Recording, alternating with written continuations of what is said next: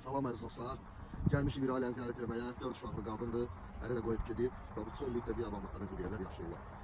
İndi göstərəcəyik.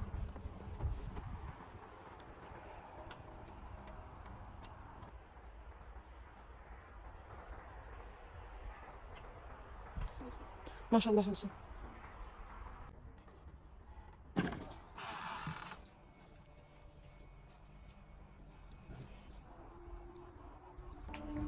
Əziz dostlar, gəldik ailəmizin ünvanına çatdıq. Bax, burada 4 dənə uşaq böyüyür. Tək qadınlı uşaqlar böyüdən. Təəssüf ki, uşaqların atası da qoyğuları tərk edib gedib. Çox sağ olun ki, bizim yanımızdasınız. Biz də belə çətinlik içində yaşayan insanlara kömək edə bilirik.